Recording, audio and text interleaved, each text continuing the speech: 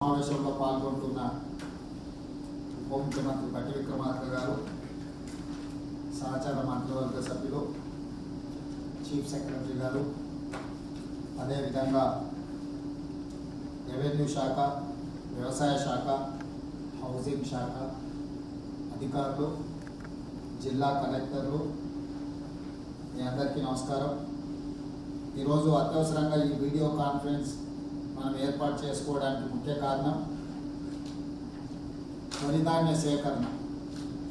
మామూలుగా June first week తర్వాత మనకు వర్షాలు వచ్చే అవకాశం ఉంటుంది. ఈసారి దాదాపుగా 15 రోజుల ముందే ఋతుపవనాలు రావడం వల్ల, ఋతుపవనాలు ముందుకు జరగడం వల్ల ఈరోజు కళ్ళాల్లో ఉన్న కొంత ప్యాడీ నీళ్ళలో తడిచిపోవడం, కొన్ని దగ్గరలో అక్కడ తీసుకోవాల్సిన ముందస్తు జాగ్రత్తలు రైతులకు చేరకపోవడం వల్ల రైతులు కొంత ఇబ్బందిలో ఉన్నారని కొంత సమాచారం వస్తున్నది. అయితే సివిల్ సప్లైస్ డిపార్ట్మెంట్ నేను అభినందిస్తున్నా.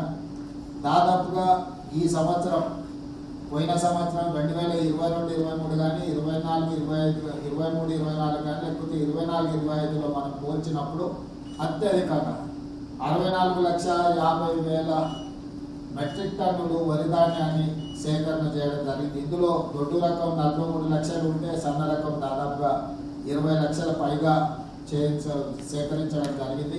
90% వరి ధాన్యం సేకరించిన ఈ 10%లో అకాల వర్షం వల్ల, సీజన్ ముందుగానే రావడం వల్ల ప్రజలు ఊహించలేదు. మనం కూడా కొంత వర్షాలు ముందుకు జరగడం వల్ల తీసుకోవాల్సిన జాగ్రత్తలలో సేకరణలో కొంత ఆలస్యం అవ్వడం, ఇట్లాంటివన్నీ కూడా రైతులకు కొంత ఇబ్బందికరమైన పరిస్థితి వచ్చింది.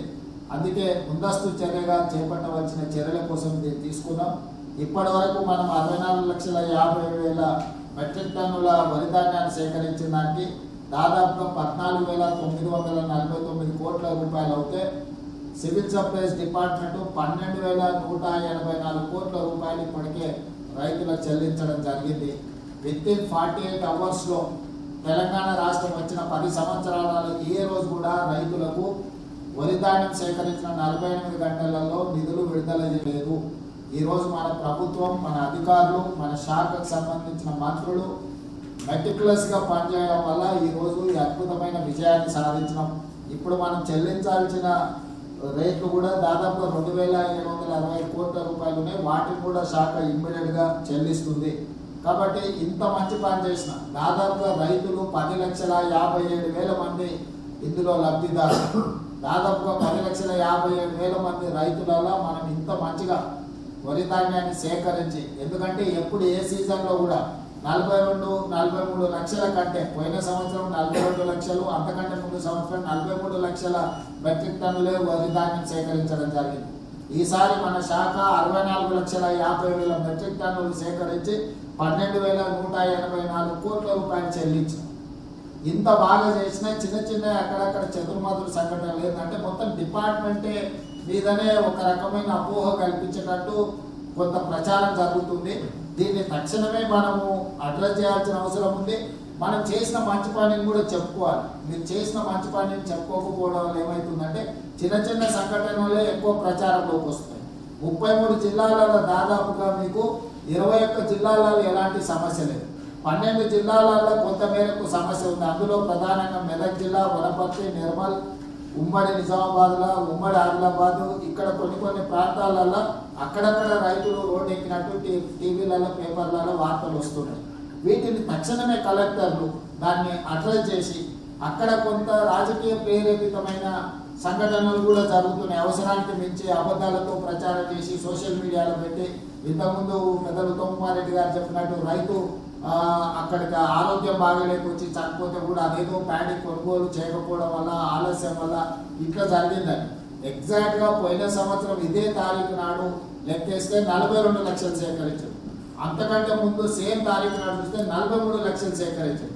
కానీ మనం 64,50,000 మెట్రిక్ టన్నుల ధాన్యం సేకరించిన అధికారులు కానీ మనము దాన్ని చెప్పుకోవాల్సినంత పాజిటివ్గా చెప్పుకోవడం వల్ల ఇవాళ మన మీద నెగటివ్ వార్తలు వస్తున్నాయి. కాబట్టి నా సూచన అధికారులు, ఎక్కడెక్కడైతే దీంట్లో కొంత ఇష్యూస్ వచ్చినాయో తక్షణమే కలెక్టర్లు క్షేత్రస్థాయిలో పోవడమే కాకుండా ఆ నెగటివ్ వార్తలకు సంబంధించిన వాస్తవాలను ప్రజలకు చెప్పాలి. ఇప్పుడు ఆ రైతు చనిపోయిండు, ఆరోగ్యం బాగాలేదు, అతనికి ఇబ్బందులు ఉన్నాయి, అతను మెడికల్ రిపోర్ట్స్ రిలీజ్ చేసి అతనికి ఈ సమస్య వల్ల చనిపోయిండు, దీనికి ప్రొక్యూర్మెంట్ కారణం కాదు అని కలెక్టర్ అధికారికంగా నివేదిక రిలీజ్ చేసి మీడియాను పెంచి ప్రజలకు వివరించి చెప్తే వాస్తవాలు ప్రజల దగ్గరికి వెళ్ళడానికి ఉంటుంది. ఒకటి. రెండవది, తార్పాలిన్లు కానీ అన్ని మనం ఏర్పాటు చేసాం. 90% మనము రైతులకు కావలసిన విధంగా ధాన్య సేకరణ చేయకుండా వాళ్ళ ఖాతాలో పైసలు వేసినాం. మనం అది చెప్పుకోకపోవడం వల్ల ఒక దగ్గరనో 2 దగ్గరలను రైతులకు వచ్చిన చిన్న చిన్న ఇబ్బందులను పత్రికలు పతాక స్థాయితో రాయడం కానీ లేకపోతే వాళ్ళు విష ప్రచారం చేయడానికి ఉపయోగపడుతుంది. కాబట్టి కలెక్టర్లను నా సూచన ఏంటంటే మీరు ఎప్పటికప్పుడు ఒక బులెటిన్ రిలీజ్ చేయండి. ఈ పోయిన సంవత్సరాన్ని కూడా కంపేర్ చేయండి. బిఫోర్ ఇయర్ కూడా 22-23ని, 23-24ను, 24-25 కంపారిజన్లో ఎవ్రీడే ఒక చిన్న బులెటిన్ మీరు పేపర్ వాళ్ళకి విడుదల చేసి నాకు ఆ జిల్లాలో అంతకుముందు ఎలాంటి పరిస్థితులు ఉండే, ఇప్పుడేం పరిస్థితి ఉంది, దాంతో కొంత మన వాళ్ళకు మాట్లాడే వాళ్ళకి అవకాశం ఉంటుంది. మీరు కూడా అఫీషియల్గా ఇప్పుడు కలెక్టర్లు కూడా పిఆర్ఓలు మొత్తం వ్యవస్థ ఉంది. మీరు ఏమి చెప్పకపోవడం వల్ల ఈ తప్పుడు వార్తలు కలెక్టర్లు సరైన విధంగా స్పందిస్తలేరని అనుకునే ప్రమాదం ఉంది. కాబట్టి మీరు ఖచ్చితంగా అఫీషియల్ రికార్డు, మీరు పొలిటికల్ స్టేట్మెంట్స్ ఇవ్వాల్సిన పని లేదు, కానీ అఫీషియల్ డేటా రిలీజ్ చేసి అఫీషియల్గా మీరు కమ్యూనికేట్ చేయాల్సిన అవసరం ఉంది. కాబట్టి ఇట్లాంటి విషయాలు వచ్చినప్పుడు కలెక్టర్లు ప్రోయాక్టివ్గా ఉండాలి. మాకెందుకులే ప్రభుత్వాన్ని విమర్శించడాన్ని అని మీరు అంటున్నారు అనుకో, ప్రభుత్వమే మీరు కదా, అల్టిమేట్గా మినిస్టర్స్ కాదు కదా, ఎవరైతే జిల్లా కలెక్టర్లు ఉన్నారో వాళ్ళే ప్రభుత్వం. సో ఆ లోకల్గా ఏదైనా నెగటివ్ ఏ వార్త వచ్చినా it is going to reflect on collector career అవచ్చు. సో కలెక్టర్లు అనేవారిని వాళ్ళు ఫైట్ చేయాల్సిందే. స్పష్టంగా మీరు జరుగుతున్న పరిణామాలు ఎక్కడైనా మన వైపు నుంచి మన వైఫల్యం ఉంటే ఎమ్మడే సరిదిద్దుకోవాలి. మన మీద తప్పుడు ప్రచారం జరుగుతుందంటే ఎమ్మడే వివరణ ఇవ్వాలి. మరీ అడ్డగోలు వివరణ చేస్తే అవసరమైతే పోలీస్ కేసు పెట్టండి. మరీ తప్పుడు ప్రచారం, విష ప్రచారం, అబద్ధాలను పూర్తి చేస్తే లోకల్ పోలీసులకు కంప్లైంట్ ఇచ్చి తప్పుడు ప్రచారం చేసినందుకు వాళ్ళ మీద అవసరం అనుకుంటే కేసులు కట్టండి, తప్పలేదు. ఎందుకంటే అడ్డమైన ప్రచారం చేస్తే చూస్తూ ఊరుకోవడానికి ప్రభుత్వం అచేతనంగా లేదు, ప్రభుత్వం యాక్టివ్గా పనిచేయాలి. నేను మళ్ళొకసారి ఈ వరి ధాన్య సేకరణ సివిల్ సప్లైస్ డిపార్ట్మెంట్ను, మినిస్టర్స్ని, కలెక్టర్లని నేను అప్రిషియేట్ చేస్తున్నా. You have done a meticulous job. But end of the day మనం 100% కంక్లూడ్ చేసినప్పుడే ఈ రివార్డ్ అనేది మనకు వస్తుంది. చిన్న చిన్న విషయాలు ఏమైనా ఉంటే తక్షణమే వాటిని పరిష్కరించండి.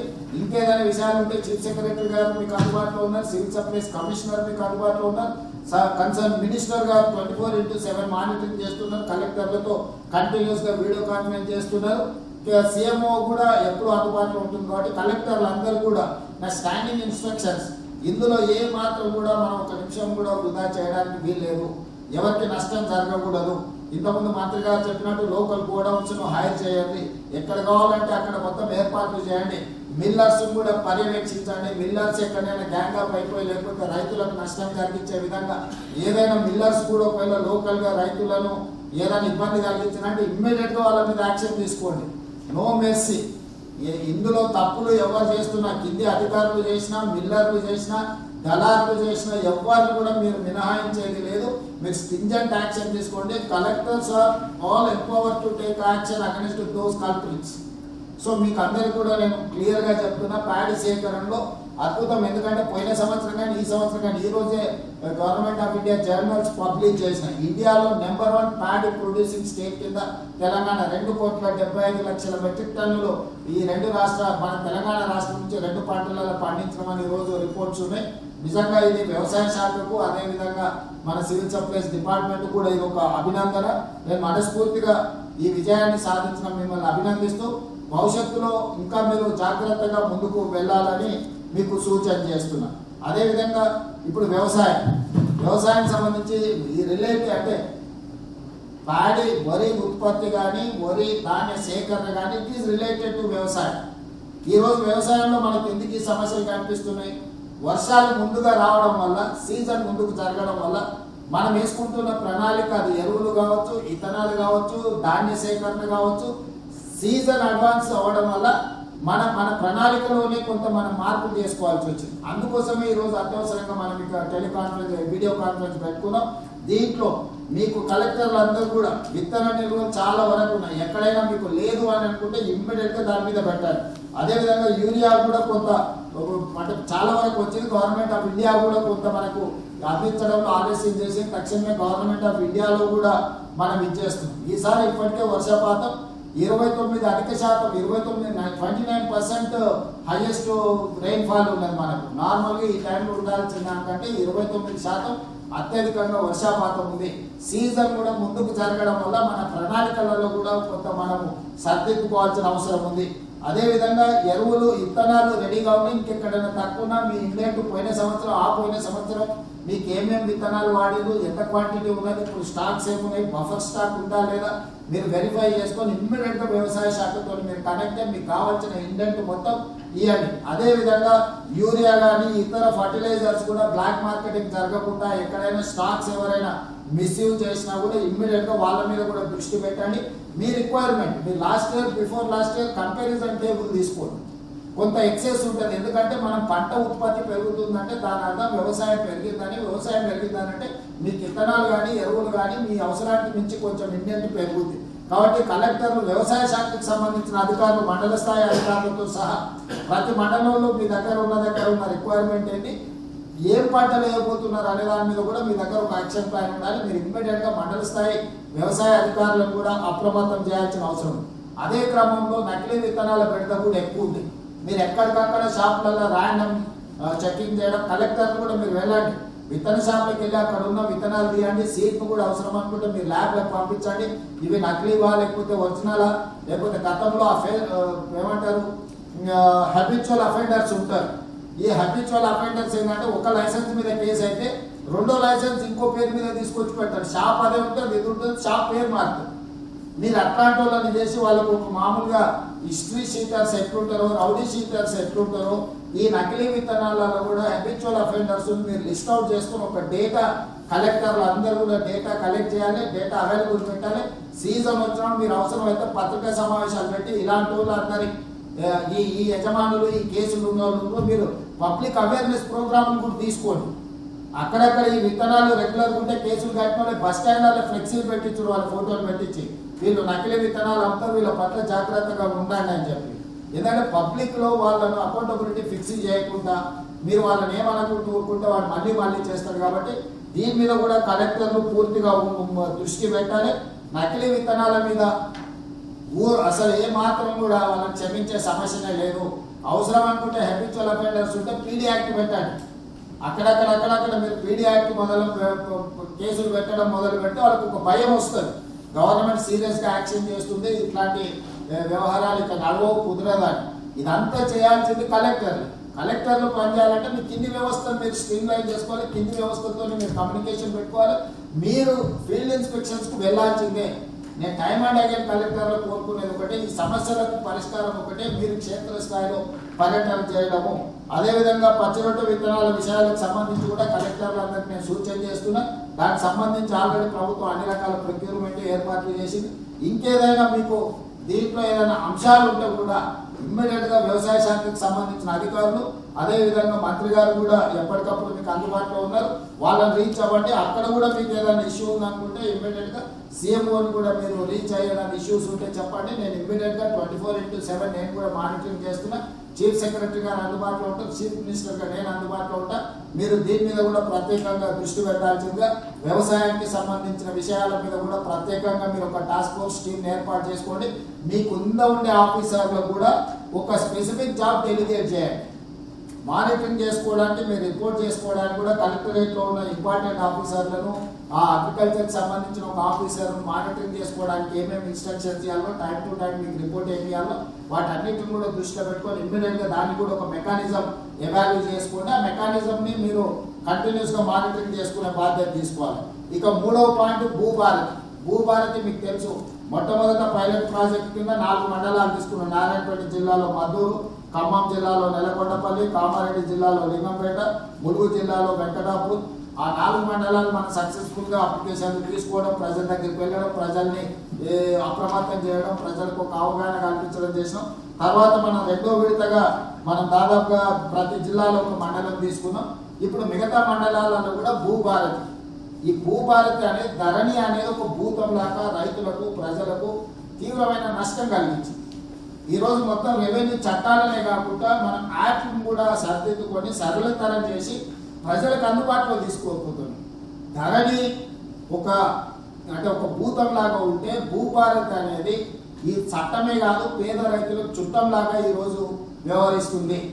కాబట్టి ఈరోజు మీరు దీన్ని ఇంత బాగా మనం చట్టం చేసుకున్న యాప్ రిఫార్మ్స్ తీసుకొచ్చినా రైతులకు అవగాహన కల్పించకపోతే లబ్ధిదారులకు అవగాహన కల్పించకపోతే మనం దెబ్బతింటాం. భూభారతి అవగాహన సదస్సులు పెట్టుకోవడమే కాకుండా రెవెన్యూ సదస్సులను గ్రామాలలో మీరు నిర్వహించడమే కాకుండా ప్రజలకు అవగాహన కల్పించి మీరు డెడికేటెడ్ ఆఫీసర్లు అంతకుముందు ప్రజాపాలన కింద కూడా మండలాన్ని 2 యూనిట్లుగా చేసి అధికారులకు బాధ్యత ఇచ్చిన ఎంఆర్ఓలకు ఎంపీడీఓలకు ఈ రకంగా ఇప్పుడు కూడా ప్రజల దగ్గరికి భూభారతి చట్టాన్ని మనం చేరవేయాలి. ఈరోజు ఆందోళనలో ఉండరు రైతు ఎప్పుడు ఆందోళన తగ్గుద్ది ఎప్పటిలోగా సమస్య పరిష్కారం అయితే తెలిస్తే అట్లీస్ట్ ఒక అవగాహన వస్తుంది. అది అవుతుందో అవ్వదో ఎప్పుడు అవుతుందో ఎట్లా అవుతుందో తెలియకుంటుంటే గందరగోళంలో ఉండే ఆందోళన చెందుతున్నారు. అట్లాంటి సమస్యలకు పరిష్కారం భూభారతి చట్టంలో వచ్చింది.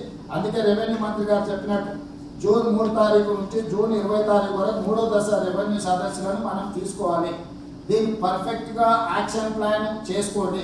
నేను ఉమ్మడి 10 జిల్లాల మా ఇన్ఛార్జ్ మంత్రులకు ఇమ్మీడియట్గా దీని యాక్షన్ ప్లాన్ కలెక్టర్లతో మాట్లాడి మొత్తం ప్రణాళికబద్ధంగా 10 జిల్లాల ఇన్ఛార్జ్ మినిస్టర్లు కూడా మీతో పాటు కూర్చుంటారు. ఈ సమావేశం అయిన తర్వాత మీరు మొత్తం యాక్షన్ ప్లాన్ రెడీ చేసుకొని 3 జూన్ నుంచి 20 జూన్ వరకు ఈ రెవెన్యూ సదస్సులను నిర్వహించుకోవాలి. దీంట్లో మీకు ఏంటంటే మన వ్యవసాయానికి సంబంధించిన సమస్యలు అడ్రస్ చేసుకోవచ్చు. అదేవిధంగా వరిధాన్య సేకరణకు సంబంధించిన ఇష్యూస్ ఉన్నా మీరు అడ్రస్ చేసుకోవచ్చు. అదేవిధంగా భూభారతిలో వచ్చిన మార్పులు చేర్పులకు అవగాహన కనిపిస్తే వాళ్ళకు ఒక కంఫర్ట్ వస్తుంది. ఆ కంఫర్ట్ వస్తే ఆటోమేటిక్గా సమస్యలు రోజు ఎంత ముందున్నా కూడా వాళ్ళు కూర్చొని పరిష్కరించుకుంటారు. కాబట్టి రెవెన్యూ సదస్సులను తక్షణమే ప్లాన్ చేసుకోవడానికి ఇన్ఛార్జ్ మినిస్టర్లకు కూడా నా సూచన. ఎంబడే మీరే దీని మీద సమీక్ష చేసుకొని మీ ఉమ్మడి జిల్లాలకు మీరు సూచనలు చేసి మీరు కార్యాచరణ రెడీ చేసుకోవాలి. ఇక 4వది ఇందిరమ్మ ఇల్లు. ఇందిరమ్మ ఇళ్లకు దీంట్లో చాలా కీలకమైంది. ఒక ప్రభుత్వము ఒక కలెక్టర్ యొక్క పనితీరు ఇందిరమ్మ ఇళ్ళ దగ్గరనే కనిపిస్తుంది. ప్రభుత్వ సక్సెస్ ఫెయిల్యూర్ కూడా it is depends on the ఈ హౌసింగ్ స్కీమ్. హౌసింగ్ స్కీమ్ను మనం పర్ఫెక్ట్గా ఇంప్లిమెంట్ చేయగలిగితే ప్రభుత్వానికి అద్భుతమైన మంచి పేరు రావడానికి అవకాశం ఉంది. ఇది క్షేత్రస్థాయిలో బాగా నిర్వహణ జరగాలి అని అంటే అది కలెక్టర్ల చేతుల్లోనే ఉంది. కలెక్టర్లు అనే వాళ్ళు పూర్తి స్థాయిలో దీన్ని పర్యవేక్షించకపోతే ఇబ్బందికరమైన పరిస్థితి వస్తే అది చిక్కుముళ్ళుగా మారి మనకు జటిలమైంది. తర్వాత మీరు ఏమి పరిష్కరించలేని పరిస్థితి వస్తుంది. కాబట్టి దీంట్లో ఒక 2-3 సూచనలు నేను కలెక్టర్లకు ఇన్స్ట్రక్షన్స్ ఇవ్వదలుచుకున్నా. మండల స్థాయిలో ధరల నియంత్రణ కమిటీలు మీరు ఏ చేయాలి. దీంట్లో తహసీల్దార్ ఎంఆర్ఓ వ్యవసాయ కార్మిక శాఖకు సంబంధించిన అధికారులు స్వయం సహాయక సంఘాలకు సంబంధించిన సభ్యులను ఇందులో నియంత్రణ కమిటీ చేయాలి. ఇది దేన్ని నియంత్రిస్తుంది అంటే మేస్త్రి ఛార్జీలు కావచ్చు, లేకపోతే crusher 20 mm 40 mm stone metal వంటి స్థానిక సామగ్రి ధరల హెచ్చు తగ్గులను ఇది మానిటరింగ్ చేస్తుంది. ఎవడైనా అడ్డగోలుగా ఒకటేసారి వచ్చిందని చెప్పి మేస్త్రీలు అడ్డగోలుగా డబ్బులు అడిగినా, లేకపోతే ఈ క్రషర్ స్టోన్ క్రషర్స్ వాళ్ళు అడ్డగోలుగా రేట్లు ఛార్జెస్, ఎందుకంటే ఎట్ ఏ టైం ఇందిరమ్మ ఇంట్లన్నీ స్టార్ట్ అయితే వాళ్ళు ఈ అడ్డమైన రేట్లు అడ్డగోలుగా ఏదైనా వివరించడానికి పోయినా ఈ అధికారులు ఈ కమిటీ మానిటరింగ్ చేసి వాళ్ళ మీద చర్యలు తీసుకోవడానికి ఉండాలి. అదేవిధంగా ఇసుక మాఫియా కూడా బాగా గతంలో విస్తరించిపోయింది. ఇప్పుడు నియంత్రించడం ఈ హౌసింగ్ స్కీమ్లకు ఇసుకకు సంబంధించి కూడా ఇసుక టోకెన్లు వాళ్ళకి ఇచ్చి ఎవరికైతే ఇల్లు శాంక్షన్ అయితే ప్రాపర్గా వాళ్ళకు ఇసుకకు సంబంధించిన టోకెన్లు కూడా వాళ్ళకు మనము చేర్చేటట్టు చూసి వాళ్ళకి సరిగ్గా ఇసుక ఉచితంగా ఇచ్చేటట్టు అన్ని ఏర్పాట్లు చేయాలి. ఎందుకంటే ఇసుక ఉచితంగా ఇస్తున్నాం కాబట్టి ఎంత ఇస్తున్నాం అప్పుడు టోకెన్ లేదు, ఆ కూపన్లు వాళ్ళకి ఇవ్వాలి. ఆ లోకల్ ఆఫీసర్లు కూడా కోఆర్డినేట్ చేయాలి. ఎక్కడ ఇసుక అంటే ఇతర వ్యవహారాలు ఇసుకలో ఉండడానికి వీల్లేదు, ఇతర వ్యవహారాలు ఏమైనా ఉంటే కూడా కఠినంగా వ్యవహరించాలి వాళ్ళతో. కాబట్టి ఇసుక ఇందిరమ్మ ఇళ్లకు ఉచితంగా ఇస్తున్నాం. అది మెటిక్యులస్గా తహసీల్దార్లు కానీ ఎంపీడీఓలు కానీ ఈ సిస్టంలో ఉన్న హౌసింగ్ డిపార్ట్మెంట్ వాళ్ళు ప్రతి వాడికి ఇసుకను అందుబాటులోకి తీసుకొచ్చే విధంగా మీరు చర్యలు తీసుకోవాలి. అదేవిధంగా ఇటుక తయారీ సెంట్రింగ్ యూనిట్ల తయారీకి రుణాలు, దీనికి సంబంధించి ఏంటంటే సెల్ఫ్ హెల్ప్ గ్రూపులు కానీ రాజీవ్ యువ వికాసంలో ఉన్న వాళ్ళు కానీ పెద్దలు బట్టి విక్రమార్క గారు కూడా ఉన్నారు. ఈ స్కీమ్లో వాళ్ళకు లోన్లు బ్యాంకులతో లింకేజ్ కానీ ఇవి కానీ మెప్మా కానీ సెర్పు కానీ ఇస్తే ఏమైందంటే ఇందిరా మహిళా శక్తి వికాసం కానీ రాజీవ్ యువ వికాసంలో ఈ ఇటుక తయారీ సెంట్రింగ్ యూనిట్లకు రుణాలు ఇప్పిస్తే ఈ మండలాలలో ఈ స్కీమ్ని ఇంప్లిమెంట్ చేయడానికి బాగా తయారు చేసుకోవడానికి కూడా ఉంటాయి. అదేవిధంగా ఇందిరమ్మ ఇల్లు యాప్లలో దాని పురోగతి ఎప్పటికప్పుడు అప్లోడ్ చేయాలి. మీరు ఆ యాప్లో సరిగ్గా అప్లోడ్ చేయకుండా దాన్ని ఇదే చేస్తే సాంకేతికపరమైన సమస్య వస్తే ఇబ్బంది అవుతుంది. దాన్ని ఏ స్టేజ్లో ఆ స్టేజ్లో అప్లోడ్ చేయాల్సిందే. మీరు నెగ్లెక్ట్ చేసి ఒక స్టేజ్ పోయినాక కొత్తది పెట్టడానికి పోతే కొన్ని సమస్యలు వస్తే కొన్ని దగ్గర ఆల్రెడీ ఇల్లు వస్తుంది అనుకోని లిస్ట్లో తీసుకొని వాళ్ళు పునాదులు వేసుకున్నారు. ఇప్పుడు మీరు యాప్ ఫోటో తీస్తే ఆ పునాది వేసిన దాని మీద ఫోటో తీస్తే మేము తీసుకోమని అంటున్నారు. ఇట్లాంటి చిన్న చిన్న ప్రాక్టికల్ సమస్యలు ఉన్నాయి. ఇవన్నీ కూడా వాళ్ళకి అవగాహన కల్పించాలి. ఊర్లో నాయకులు ప్రజాప్రతినిధులు చెప్తారు నీకు ఇల్లు శాంక్షన్ అయిందని. శాంక్షన్ అవుతుంది కదా ఎట్లా వస్తుంది కదా అని వాడు పునాదులు ఒప్పుకుంటాడు, పిల్లర్లు వేసుకుంటాడు 4. దాంతో మీరు పోయి ఫోటో తీయగానే ఆల్రెడీ కన్స్ట్రక్షన్ ఉంది మేము ఇవ్వము, లేకపోతే నీకు అర్హత లేదు ఇప్పుడు అది కూలగొట్టు అది పెట్టు అని అంటే ఇట్లాంటి సమస్యలనే మంత్రి గారు కూడా దీని మీద కొంచెం దృష్టి పెట్టి చేసుకోవాలి.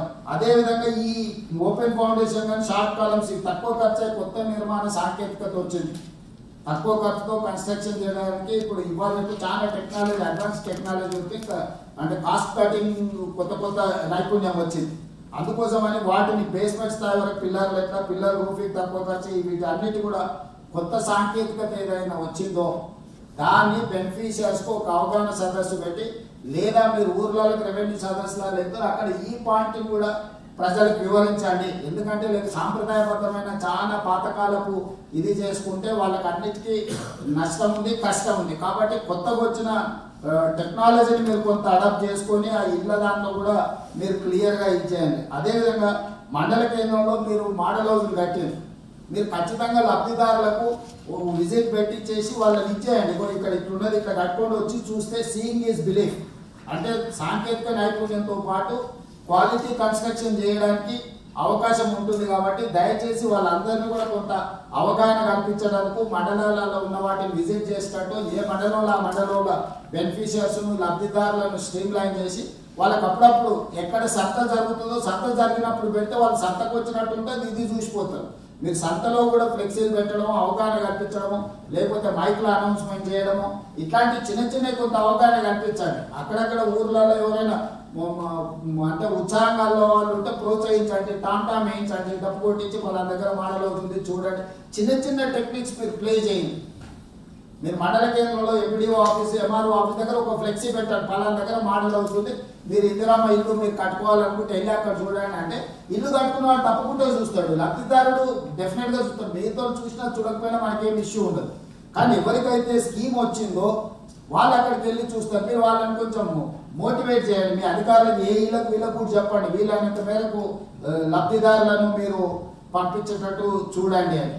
సో దీంట్లో ఈరోజు మనం ధాన్యం సేకరణ దాంట్లో వచ్చే సమస్యల మీద మాట్లాడాం. వ్యవసాయము ఈరోజు వర్షాలు బాగున్నాయి, దానికి సంబంధించిన ఎరువులు లేకపోతే విత్తనాలు, నకిలీ విత్తనాలు దానికి సంబంధించి మాట్లాడాం.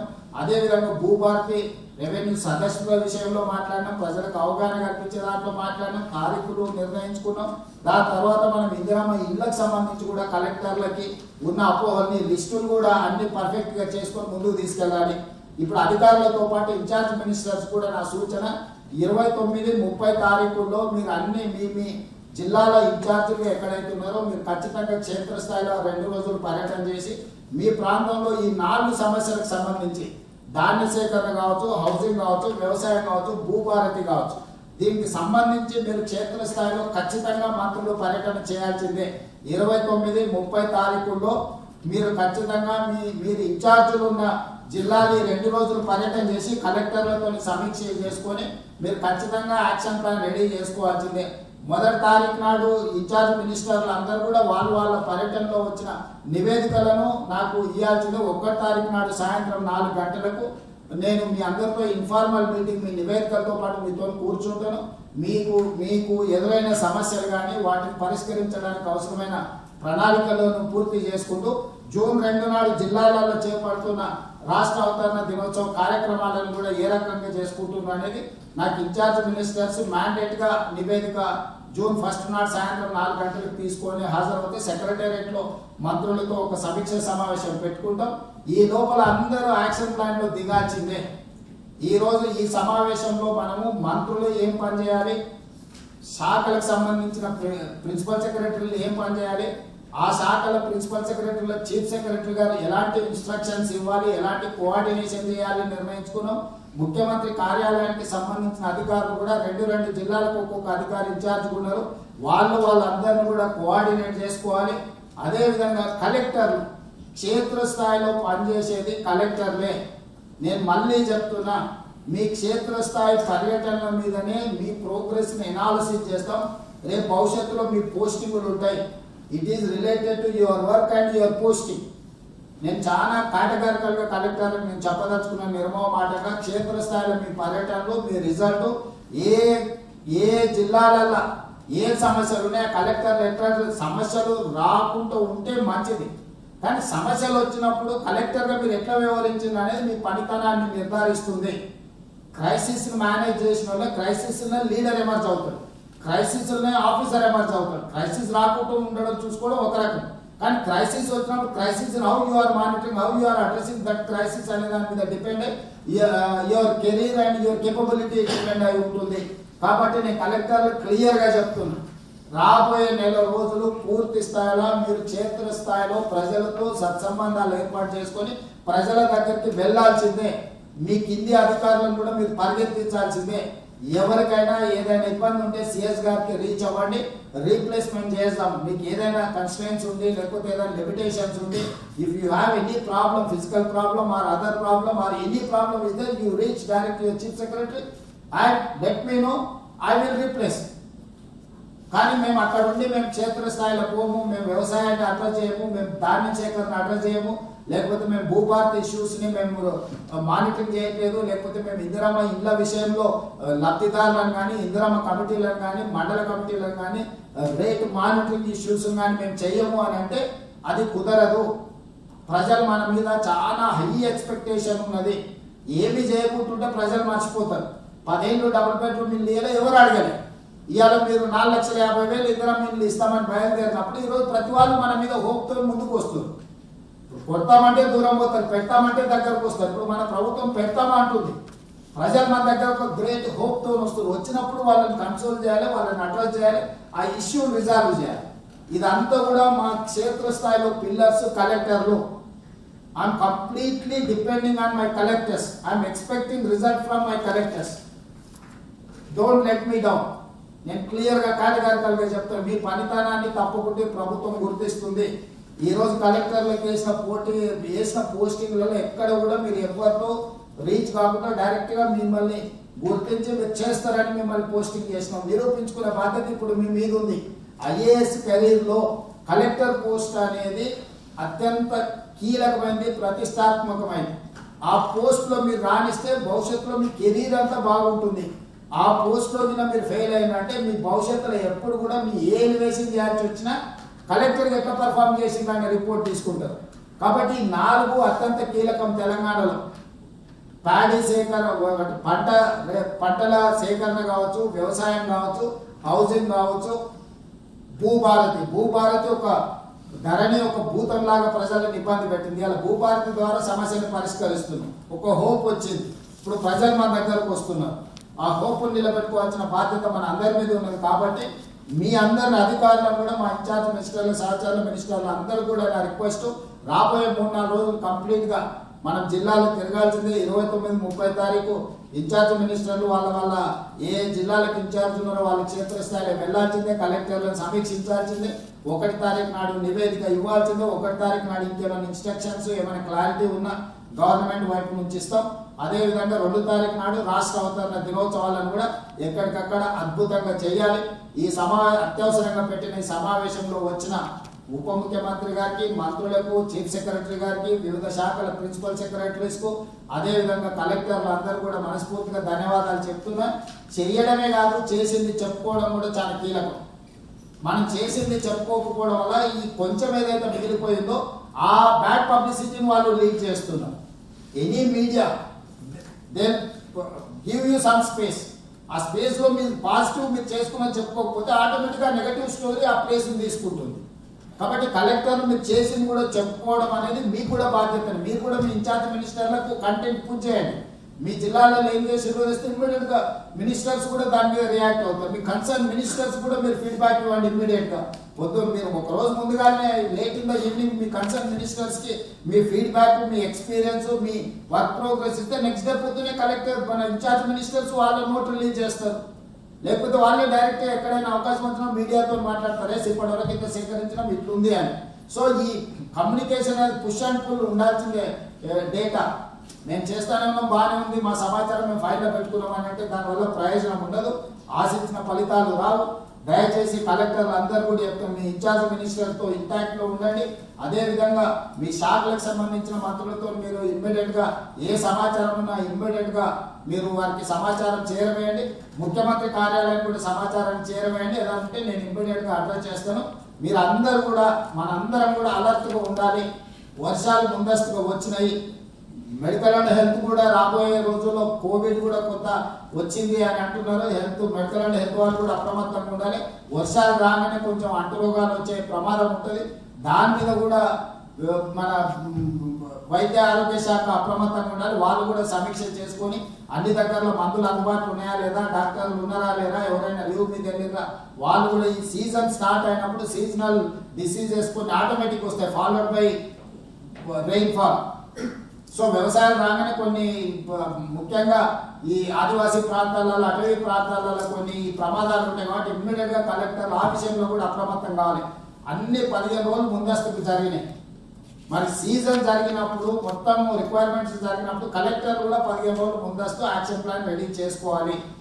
దాన్ని మంత్రులు కూడా మోటివేట్ చేసుకుంటూ ముందుకు వెళ్లాల్సిందిగా కోరుకుంటూ ఈ సమావేశంలో పాల్గొన్న వాళ్ళందరికీ మరొకసారి నమస్కారాలు తెలియజేస్తూ సెలవు తీసుకుంటున్నాను. ధన్యవాదాలు.